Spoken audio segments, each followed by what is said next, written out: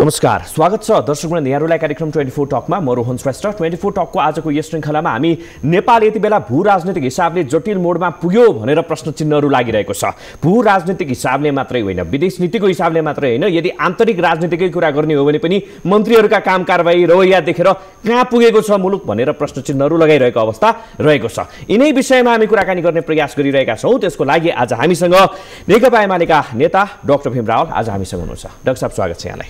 धन्यवाद। विषयवस्तु मैले दुईटा उठान गरेँ। सुरुवात गरौँ एसपीपीको मुद्दा। एसपीपी सेटल डाउन भएको हो, यसलाई चाहिँ अहिलेको प्रेजेन्ट स्टेटसमा कसरी हेर्न सकिएला?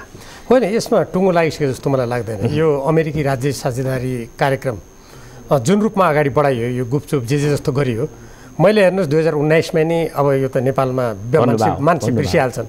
मैले व्यापक रूपमा त्यही बेला उठाएको थिएँ र त्यो जुन नेपाल सदस्य भनेर आयो हिन्द प्रशान्त रणनीति अन्तर्गत उल्लेख भएर रक्षा मन्त्रालयले गर्यो अमेरिकी, मैले त्यो बेला नै उठाएको थिएँ। यो केही पनि होइन भनेर त्यति बेला त्यसमाथि ढाकछोप गर्ने कोसिस भयो। म त्यो बेलै उठाएको थिएँ। अहिले कतिपय नेताहरू जो अब म नाम लिन चाहन्न, ठुल्ठुला नेताहरू अहिले कुरा गर्नुहुन्छ नि, उहाँहरू प्रत्येकसँग मैले व्यक्तिगत रूपमा समेत गएर उठाएको थिएँ। यसमा यो नगरौँ, यो कुरा बाहिर ल्याउँ, यो के भएको। त्यति मात्रै होइन, कार्यदल बनिएको थियो हाम्रो झलनाथ खनालजीको संयोजकत्वमा एमसीसीको सम्बन्धमा। हामीले लिखित रूपमा औपचारिक रूपमा त्यो प्रतिवेदन हेरौँ न, त्यो बेलै मागेका थियौँ हामीले। जे होस्, यो अहिले जुन यो अब यो कुरा सिद्धियो के मानिसहरू किन उठाउनु पर्यो जुन भन्छन् नि, जब अमेरिकी राजदूतावासबाट यदि अमेरिका सँग जुन सहमति भएको छ भनिएको छ दूतावासका अनुसार सदस्यताको लागि आवेदन दियो, हामीले दियौँ।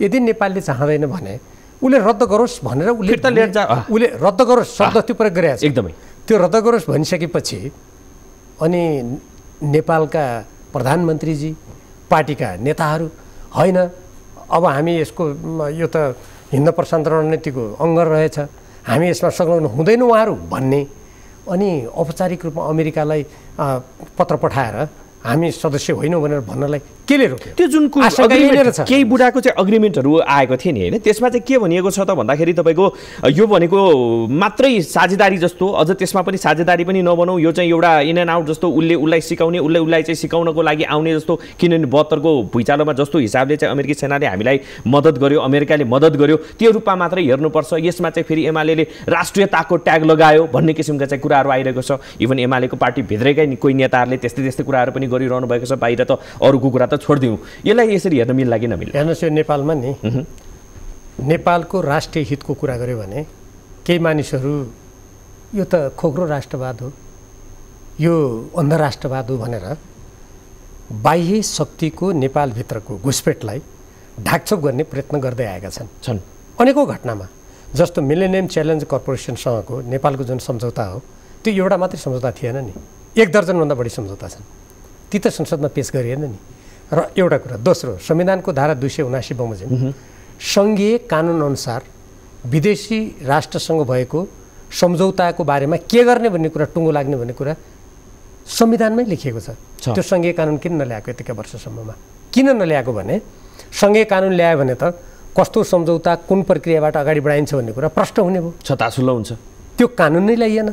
कल्पना गर्नुहोस्, यति धेरै छलफल भएको एमसीसीसँगको सम्झौता, मिलेनियम च्यालेन्ज कर्पोरेसनसँगको सम्झौतामा संसदमा प्रमुख प्रतिपक्षले नारा लगाइरहेको छ, सङ्घीय कानुन छँदै छैन।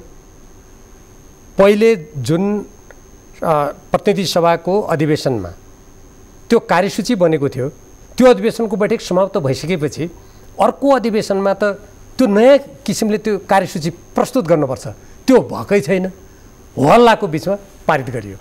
यो कुनै देशले आफ्नो देशप्रति प्रतिबद्ध, जनताप्रति जिम्मेवार, आफ्नो राष्ट्रको सार्वभौमसत्ता, स्वतन्त्रता, अखण्डता, स्वाभिमानप्रति कटिबद्ध सरकारले यस्तो गर्छ?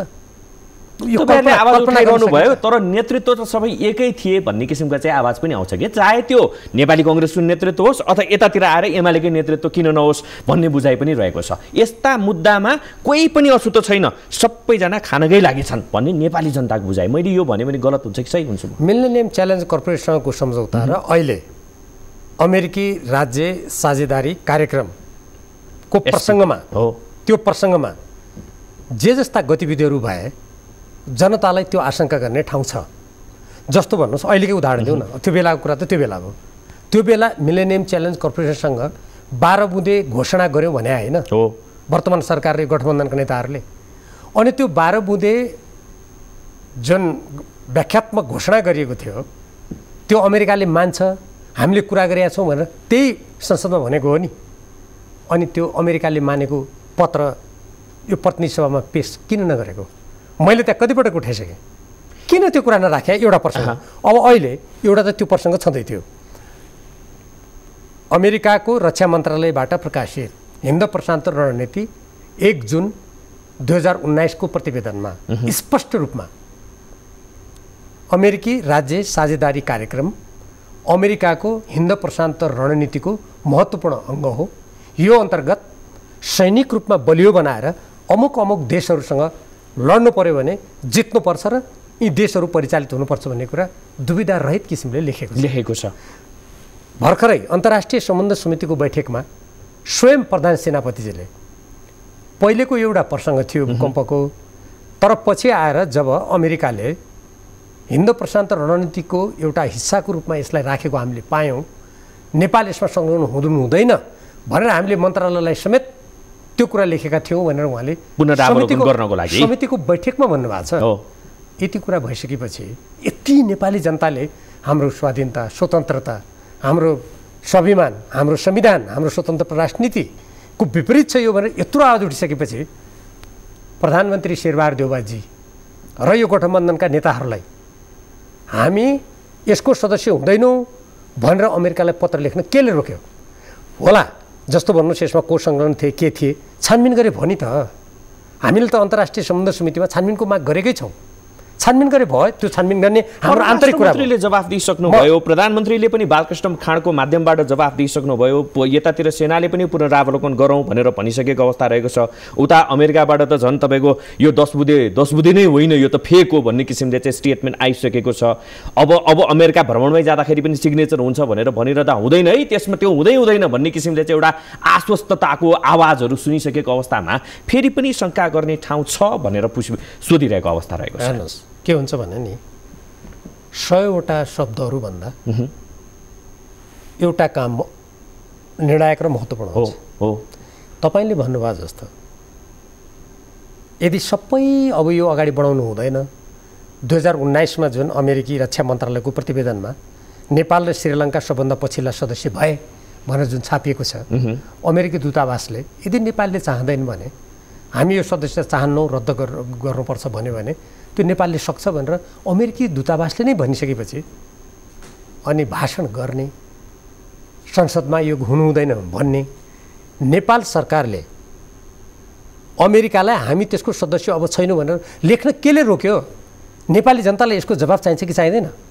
प्रधानमन्त्री शेरबहादुर देउवाजीले 5 दलको गठबन्धनको बैठकमा बालवाटारमा के भन्नुभयो भने म राष्ट्रिय सहमति नभई गर्दिनँ। यसैमा छ आशंका। मिलेनियम च्यालेन्ज कर्पोरेसनसँगको सम्झौता अनुमोदन गर्दाका बखत पनि कथित राष्ट्रिय सहमतिको आवरण दिएर हल्लाको बिचमा जबरजस्ती गरेको होइन, नेपालको राष्ट्रिय हितको विरुद्धमा, नेपालको संविधानको विरुद्धमा, नेपाललाई स्वतन्त्र परराष्ट्र नीतिको विपरीत कुनै सामरिक गठबन्धनमा धकेल्न राष्ट्रिय सहमति कायम गर्न पनि पाइन्न। संविधानले रोक्छ, कानुनले रोक्छ। नेपालको अहिलेसम्म कसैको अधीनमा नभएको हाम्रो स्वतन्त्र स्वाधीन हाम्रो व्यक्तित्व, नेपालको राष्ट्रको व्यक्तित्वले रोक्छ।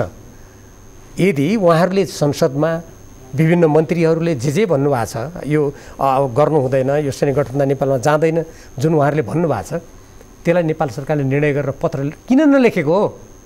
यदि यो पत्र नलेख्ने जुन उहाँहरूले जुन रोकिरहनु भएको छ, जुन लेख्न मानिरहनु भएको छैन, र भर्खरै मैले आज मात्रै समाचार माध्यमका अनुसार मैले थाहा पाएँ अब सर्वदलीय बैठक बोलाउने रे यो विषयमा गर्ने बेलामा अमेरिका जानको लागि के गर्ने भन्ने विषयमा होइन, यो विषयमा पनि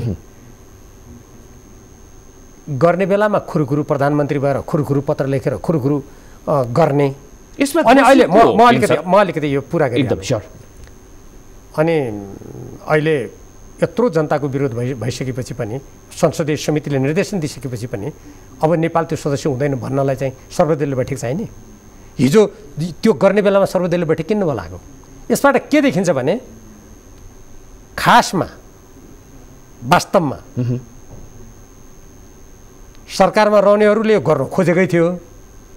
यत्रो ठुलो विरोध भएपछि अझ पनि सर्वदलीय बैठक गरेर यताउता गरेर कतै यसमा लटपट गर्न सकिन्छ कि भन्ने यो आशय देखिँदैन र गर्ने बेलामा एक्लै खुरुखुरु गर्ने। अनि अहिले अमेरिकाले तिमी सदस्य हुन चाहँदैनौ भने रद्द गर भन्दाखेरि पत्र किन नलेख्ने? किन मन्त्री परिषदले निर्णय गरेर हामी सदस्य भन्न किन नसकिने? त्यसको लागि सर्वदलीय बैठक किन चाहिने? यो अनि आशंका गर्नु पर्दैन। यसमा दोष को दोषी को? यो त जो व्यक्तिहरू सुशील कोइराला दोषी हुन् कि? म भन्दैछु, जो व्यक्तिहरू सम्बन्धित निर्णय गर्दाका बखत प्रमुख निर्णयकर्ता हुनुहुन्थ्यो ती सबै दोषी हुन्। एमाले त्यसको चाहिँ अंश आउँछ कि आउँदैन? भाग लाग्छ लाग्दैन एमाले? अब नेकपा एमालेको तर्फबाट प्रधानमन्त्रीजी केपी शर्मा ओलीजी जुन प्रधानमन्त्री हुनुहुन्थ्यो, अब उहाँले त्यति बेला के गर्नुभयो कसो गर्नुभयो मलाई जानकारी छैन, त्यो त तपाईँले उहाँलाई सोध्नुभयो हुन्छ। त्यसैले गर्दा हामीले अन्तर्राष्ट्रिय सम्बन्ध समितिको तर्फबाट हजुर सबै कागजातहरू मगाएका छौँ, सबै पत्रहरू मगाएका छौँ। परराष्ट्र मन्त्रालय, रक्षा मन्त्रालय र नेपाली सेना जसले अमेरिकासँग जे पत्राचार गर्नुभएको छ, जे सहमति गर्नुभएको छ सबै दिनु पर्यो भनेर 7 दिनभित्र माग गरिएको छ। उहाँहरूले त्यो सबै कागजपत्र दिएपछि हामी भन्न सक्छौँ कि कसले के भूमिका खेलेको रहेछ र कसले कहाँ के सही गरेको रहेछ भन्ने कुरा छर्लङ्गै हुन्छ। तर त्यो त हामी दोस्रो लेखापढीको क्रममा चाहिँ प्रधानमन्त्री स्वयं केपी शर्मा पनि हुनुहुन्थ्यो भन्ने कुरा छ। म एउटा कुरा यसमा के भन्न चाहन्छु भने यो हाम्रो आन्तरिक कुरा भयो, हामी छानबिन गरौँला, हेरौँला कसले गरिरहेको रहेछ के रहेछ, नेपाली जनताले त्यो थाहा पाउलान् र सम्बन्धित व्यक्ति कसको कहाँ दोष रहेछ त्यो स्पष्ट होला। तर हाम्रो परराष्ट्र सम्बन्धसँग सम्बन्धित भएर आएको जुन विषय छ त्यसमा सेना लगायत सबैले मन्त्रीहरूले समेत यो त अहिले हिन्द प्रशान्त रणनीतिको अङ्ग हुने देखियो। त्यो बेलाको सन् 2015 को स्थिति बेग्लै थियो, अहिले बेग्लै स्थिति देखा पर्यो भनिसकेपछि अमेरिकालाई अब हामी त्यो सदस्य बन्दैनौँ, हामी त्यसमा संलग्न हुन्नौँ भनेर लेख्नलाई केले रोक्यो? म सम्पूर्ण नेपाली जनताको तर्फबाट यो प्रश्न प्रधानमन्त्री शेरबहादुर देउवालाई र यो गठबन्धनमा रहेका नेताहरूलाई गर्न चाहन्छु। उहाँहरूले हामी अब पत्र अमेरिकालाई पठाउँछौँ, हामी सदस्य हुन्छौँ भनेर उहाँहरू किन भन्नुहुन्न? हो यहीँनिर छ शङ्का।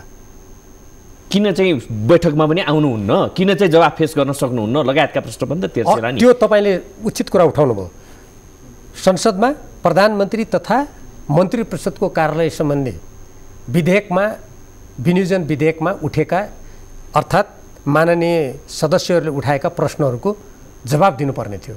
अनि आफ्नो कार्यालय र आफ्नो मन्त्री परिषदसँग सम्बन्धित उठेका विषयहरूको जवाब दिन प्रधानमन्त्री किन आउनु भएन? यो उत्तरदायी व्यवस्था हो कि होइन? एक। दोस्रो, अन्तर्राष्ट्रिय सम्बन्ध समितिको आज असार 5 गते बोलाइएको बैठकमा उहाँले आउँछु भनेर 2 घन्टा अगाडि मात्रै म आउँदिनँ उहाँले किन भन्नुभयो? यसले प्रश्न उठ्दैन? डाक्टर साहब अहिले लगभग एउटा दुईवटा प्रश्नहरू खेलिरहेका छन् नेपाली जनताको दिमागमा र नेपाली कङ्ग्रेसले पनि त्यस्तै किसिमका चाहिँ स्टेटमेन्टहरू दिइरहेका छन्। एमाले हारको तुस पोख्नको लागि गर्यो एक, अर्को भनेको आउँदै गरेको निर्वाचनलाई उसले चाहिँ आफ्नोतिर पार्नको लागि, उल्टाउनको लागि, आफ्नोतिर चाहिँ पब्लिक सिम्पेथी पार्नको लागि अहिले हल्ला गरिदिरहेको छ। किन त भन्दा राष्ट्रियताको नारा दिएर। अनि अर्को यो 10 बुँदे भनेर जुन सार्वजनिक भएको छ यसमा कतै एमालेकै पो हात छैन त भन्ने किसिमका प्रश्नहरू पनि तेर्सिरहेको छ। यसमा के भन्नुहुन्छ? कति हास्यास्पद कुरा।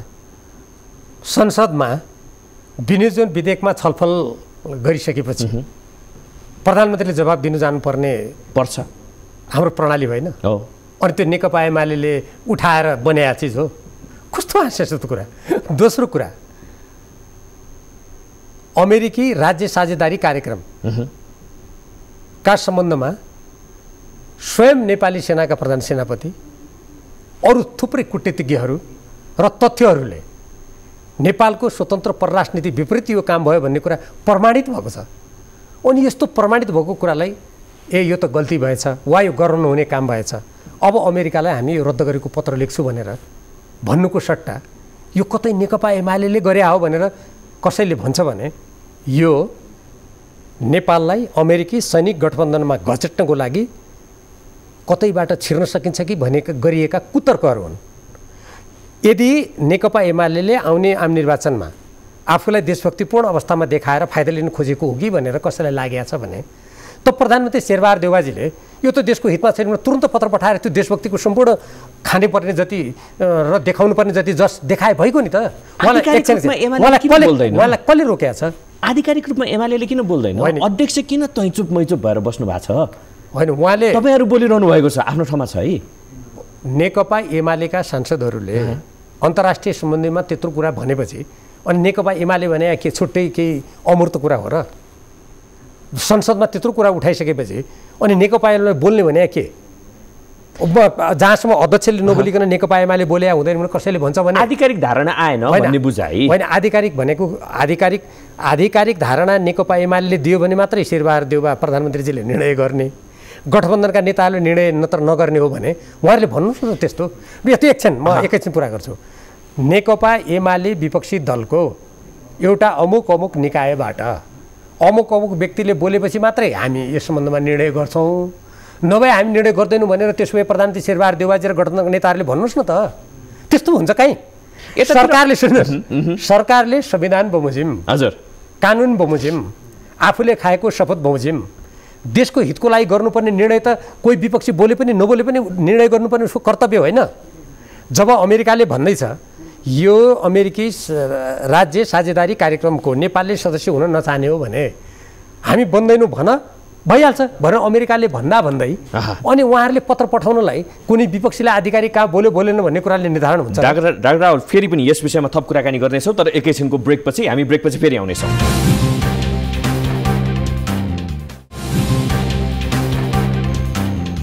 पुनः स्वागत छ 24 टकमा। आज हामीसँग हुनुहुन्छ डाक्टर भीम रावल। डाक्टर साहब पुनः स्वागत छ। धन्यवाद।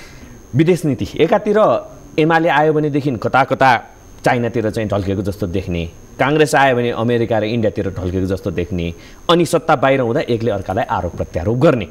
हामी कहाँनिर चुक्यौँ विदेश नीतिमा? म के भन्छु भने नि कसले के आरोप लाउँछ लाउँदैन भन्नुभन्दा पनि तथ्यले के भन्छन् भन्नेतर्फ जानुपर्छ। हाम्रो देशको कूटनीति परराष्ट्र नीति अत्यन्त विकृत दिशामा धकेलिँदैछ। नेपाली सेनाले राजदूतावासलाई पत्र लेख्ने हो र? हेर्नुहोस् त कति गम्भीर कुरा। सेनाले त सरकारलाई सुझाव दिने हो र विदेशसँग पत्राचार गर्ने काम त सम्बन्धित अख्तियार प्राप्त मन्त्रालय र मुख्यतः परराष्ट्र मन्त्रालय। हेर्नुहोस् यो व्यथितिको पराकाष्ठा हो। त्यस्तै गरेर जुन मिलेनियम च्यालेन्ज कर्पोरेसनको सम्झौताका तपाईँ प्रक्रियाहरू हेर्नुहोस्, अर्थ मन्त्रालयले गरेको कामको परराष्ट्र मन्त्रालयलाई जानकारी नै छैन। यो नेपालको स्वतन्त्र परराष्ट्र नीति र हाम्रा स्थापित मान्यताको अत्यन्त ठाडो उल्लङ्घन हो। र यसरी यो हाम्रो परराष्ट्र नीति र कूटनीति सञ्चालनमा जुन प्रकारले प्रक्रिया मिच्ने, विधि मिच्ने, जुन व्यथिति भएको छ, यो अहिलेको यो घटना यो त्यो व्यथितिको पनि एउटा सह-उत्पादन हो। किनभने त्यहाँ त्यो प्रक्रियामा गएको भए, सबै प्रक्रियाबाट गएको भए गर्नुहुन्छ हुँदैन, एउटा कुनै न कुनै चरणमा गएर कसैले न कसैले प्रश्न उठाउँथ्यो होला नि। त्यसकारण यसलाई पूर्ण रूपमा प्रमुख प्रतिपक्षीलाई थाहै नदिकन, सोध्दै नसोधिकन, अझ शीर्ष नेता त्यति बेला त केपी शर्मा ओली, सुशील कोइरालाको पालोको कुरा गर्दैछु, थाहै नदिकन गुपचुप रूपमा यस्तो डिसिजन भयो होला भनेर भन्न सक्ने ठाउँ रहन्छ? यो त सबै पत्र आएपछि थाहा हुन्छ। हेर्नुहोस्, किनभने तथ्यमा नगएर म यतिकै कसैलाई केही भन्न चाहन्न। यो यति संवेदनशील विषय छ। नेपाल जस्तो देश भारत र चीनको बिचमा रहेको अत्यन्त संवेदनशील भूराजनीतिक अवस्था भएको देशलाई यो कूटनीतिमा यस्तो हेलचेक्राइ गर्नु भनेको यो देशको विरुद्ध अपराध हो। हेर्नुहोस्, हामी नेपालीहरू अरू देशले, भारतले, चीनले, अमेरिकाले सबैले आफ्नो स्वाभिमान, स्वतन्त्रता, स्वाधीनता भनेर भन्न पाउने, अनि नेपालका सम्बन्धित अख्तियार प्राप्त व्यक्तिले लम्पसार परेर विदेशी भक्तिबाट आफ्नो शक्ति आर्जन गर्ने काम कसैले गर्छ भने यो देश र जनताप्रतिको ठुलो गैरजिम्मेवार काम र अपराध होइन। विदेशी शक्ति भक्तिको गुणगान त्यो नतमस्तक पर्ने भले जे शब्द प्रयोग गरे तापनि सम्पूर्ण त्यही लाइनमा छन् भनेर भन्दा के हुन्छ? चाहे एमाले होस् अथवा चाहिँ किनभने विगतका नजिरहरू हेर्ने, एमाले आफै सत्तामा हुँदाखेरि उसले कुन रूपमा चाहिँ प्रस्तुत भयो, कसरी चाहिँ इन्डियासँग चाहिँ डिल गर्नको लागि चाइना कार्ड फाल्यो भन्ने कुराहरू त जगजाहेरै छ नि। यी कुरालाई कसरी हेर्ने? तपाईँले अघि पनि प्रश्न गर्नुभयो, यो दक्षिण उत्तर ढल्किने आदि कुरा नेपालको संविधानद्वारा निर्दिष्ट हो। संयुक्त राष्ट्रसङ्घको बडापत्र, पञ्चशीलका सिद्धान्त र असंलग्नताका सिद्धान्त र मान्यतामा आधारित स्वतन्त्र परराष्ट्र नीति नेपालको हितलाई सर्वोपरि राख्ने, विगतका असमान सन्धि सम्झौताहरूको पुनरावलोकन गर्ने र त्यस्तो असमान सार्वभौम असमानता झल्किने कुनै पनि सन्धि सम्झौता नगर्ने भनेर संविधानको जुन मार्गनिर्देशन हो नि त्यसमा इमान्दारीका साथ अगाडि बढ्यो भने त उत्तर दक्षिण पूर्व पश्चिम कोही पनि ढल्केको देखिँदैन नि। जहाँ जहाँ त्यो मिचिएको छ त्यहाँ त्यहाँ तपाईँले भने जस्तो कुरा देखिन्छ। त्यसकारण आजको आवश्यकता के हो भने प्रधानमन्त्री मन्त्री आउँछन् जान्छन्, तर नेपालको संविधानद्वारा निर्दिष्ट नेपालको स्वाधीनता स्वतन्त्रता असंलग्न परराष्ट्र नीतिलाई मिच्ने प्रकारका कुनै पनि गतिविधि भयो भने सम्पूर्ण देशभक्त नेपालले त्यसको विरोध गर्नुपर्छ। हाम्रो जस्तो देशमा तब मात्रै तपाईँले जुन भन्नुभयो नि यो पार्टीका शीर्ष स्थानमा बस्ने कार्यकारी अधिकार प्राप्त व्यक्तिहरू र सरकारमा बस्ने प्रधानमन्त्री लगायतका जिम्मेवार व्यक्तिहरू तब मात्रै सचेत हुन्छन्। नभए हाम्रो देशमा यो केही समयदेखि यता के देखिँदैछ भने राजनीति फोहोर, कूटनीति फोहोर, राजधानी फोहोर, व्यवहार फोहोर, सरकारमा मन्त्रीहरूका आनी बानी फोहोर, जे गरे पनि हुने, यो त व्यथितिको पराकाष्ठा भएन र। त्यसै कारणले एकदमै नेपाली जनताले यस्ता कुराहरू कसैलाई आरोप लगाउनु परेन, हेर्नुहोस् पूर्वाग्रह राख्नु परेन, कसैलाई यत्तिकै आरोप नलगाउँ। तर तथ्य स्पष्ट आइसकेपछि यो नेकपा एमाले भनेर भयो, यो फलानाले सुन्नुहोस् एकैछिन यो चाहिँ राष्ट्रवादी कुरा उठाएर भयो, यस्ता खालका कुराहरू भनेका कस्ता हुन् भने यी व्यथिति र अत्याचार देशमाथिको अत्यन्त ठुलो अपराधपूर्ण कर्महरूलाई पर्दा हालेर छोप्ने दुष्प्रयास मात्रै हुन्। त्यसैले तथ्य कुराहरू जनता, सञ्चार क्षेत्र, बुद्धिजीवी, हामी राजनीतिक कर्मी सबैले निर्धक्कसँग भन्न सक्नु। एकदमै त्यति भन्यो भने हेर्नुहोस् सृजना भयो भन्ने कुरा के राख्छ। अब किनभनेदेखि अब तपाईँले मन्त्रीहरूको कुरा, आचरणका कुराहरू, बानी व्यवहारका कुराहरू उठाइहाल्नु भयो, यस्तो छ हेर्नुहोस् त अवस्था अविगत के गर्ने। त्यसैले के विकल्प के विकल्प के छ भने जो नेताहरूले पार्टीको प्रमुख भएर पार्टी सञ्चालन गर्छन्, जसले सरकार सञ्चालन गर्छन्, हामी सबै उहाँहरूलाई प्रश्न गरौँ तपाईँहरूले भनेको विधि प्रणाली के यही हो? अनि यो देशलाई अगाडि बढाउने भनेको कुनै शक्ति राष्ट्रको सामरिक गठबन्धनमा यो देशलाई धकेलेर, शक्ति राष्ट्रहरूको द्वन्द्वको भुमरीमा नेपाललाई धकेलेर अनि नेपाली जनतालाई के अनन्तकालसम्म द्वन्द्वमा फसाएर तिमीहरूलाई नष्ट गर्ने अधिकार छ? भरे जनताले प्रश्न गर्नु पर्यो। लोकतन्त्रमा तब जोगिन्छ त्यहाँ हेरेर। कुनै पनि नेताको यो राज्य प्रणाली भनेको घराइसी मामला हो भन्नुहोस् त? जिम्मेवार संविधानप्रति हुनु पर्दैन? यस्तै संविधानप्रति केही नै गर्न मन नलाग्ने भएको कारणले गर्दाखेरि आज यो अवस्था सृजना भएको छ। कता कता यो अवस्था सृजना हुँदै गर्दाखेरि नेपाली जनताले चाहिँ यो गलत मान्छे मात्रै होइन व्यवस्था नै पो हामीले गलत ल्यायौँ कि भन्ने किसिमको प्रश्न चिन्हहरू पनि खडा भएको छ। तुलना गरेर हेर्छन् नि। सबभन्दा पहिले त के गर्नु पर्यो भने म भन्नुहोस् उदाहरणको लागि मैले कुनै काम गल्ती गरेर तथ्य प्रष्ट छन् भने मलाई त भन्नु पर्यो नि, तपाईँले यो गर्नुभयो, फलानु व्यक्तिले यो काम गर्यो, निजलाई कारबाही गर्नुपर्छ, निजले दायित्वबाट हट्नुपर्छ भन्न त सक्नु पर्यो नि। आज हाम्रो लोकतन्त्रमा त्यो अधिकार त छ नि जनतालाई। कोही भन्दा कोही सफा देखिएन, सबैजनाको अनुहार उस्तै देखे नि त। जजले गर्यो हेर्नुहोस् यो के हुन्छ भने नि जुन बेला जे तथ्य आउँछ नि त्यो तथ्यको आधारमा कुनै व्यक्तिले तपाईँले यो काम संविधान यहाँनिर मिच्नुभयो, देशको सार्वभौमतालाई यहाँनिर तपाईँले खतरामा पार्नुभयो, त्यसकारण तपाईँ यसको लागि जिम्मेवार हो, तपाईँले यसको जिम्मा लिनुपर्छ, तपाईँले गर्न पाउनुहुन्न भन्यो भने निजलाई त्यो ठ्याक्कै लाग्छ र रोक्न सकिन्छ। कहिलेकाहीँ सबै नेता उस्तै हुन् भनेर गोसारा बोलीमा भनिदियो भने सबैलाई झ्यासमिस गरेर भनिदियो, तथ्यमा चाहिँ नजाने त्यसरी कुरा गरिदियो भने के हुन्छ भने वास्तवमा गल्ती गर्ने मान्छे जोगिन्छ। त्यसैले त्यसकारण आज यो हामीले राज्यको साझेदारी, अमेरिकी राज्य साझेदारी कार्यक्रमको कुरा गरिरहँदा यसमा जजले गरेका थियो त्यो हाम्रो आन्तरिक हामी छलफल गरौँला। तर अमेरिकाले यदि नेपालले चाहँदैन भने रद्द गर्न सक्छ भनिसकेपछि हामीले एक स्वरले भन्नु पर्यो। प्रधानमन्त्री शेरबहादुर देउबाजीको तर्फबाट प्रतिनिधि सभामा जवाब दिने उहाँका मन्त्रीहरू, प्रधान सेनापति, परराष्ट्र मन्त्रीजीले यो अहिलेको स्थितिमा नेपालको हितमा छैन भनेपछि हामीले एक स्वरले भन्नु पर्यो। त्यसो हो भने प्रधानमन्त्री शेरबहादुर देउबाजीले मन्त्री परिषदको बैठक बोलाएर नेपाल त्यसको सदस्य हुँदैन भनेर किन नलेखेको चिठी? यो हो नि ठ्याक्क प्रश्न उठाउनु पर्ने अहिले। अनि यतातिर नगएर बोलीको माध्यमबाट हामीले अरू कुरा गर्यौँ भने त त्यो अर्थ रहँदैन है। डिप्लोमेसीमा त्यो बोलीको अर्थ रहँदैन जबसम्म मान्छेले व्यवहारमा त्यसलाई कार्यरूपमा लैजाँदैन।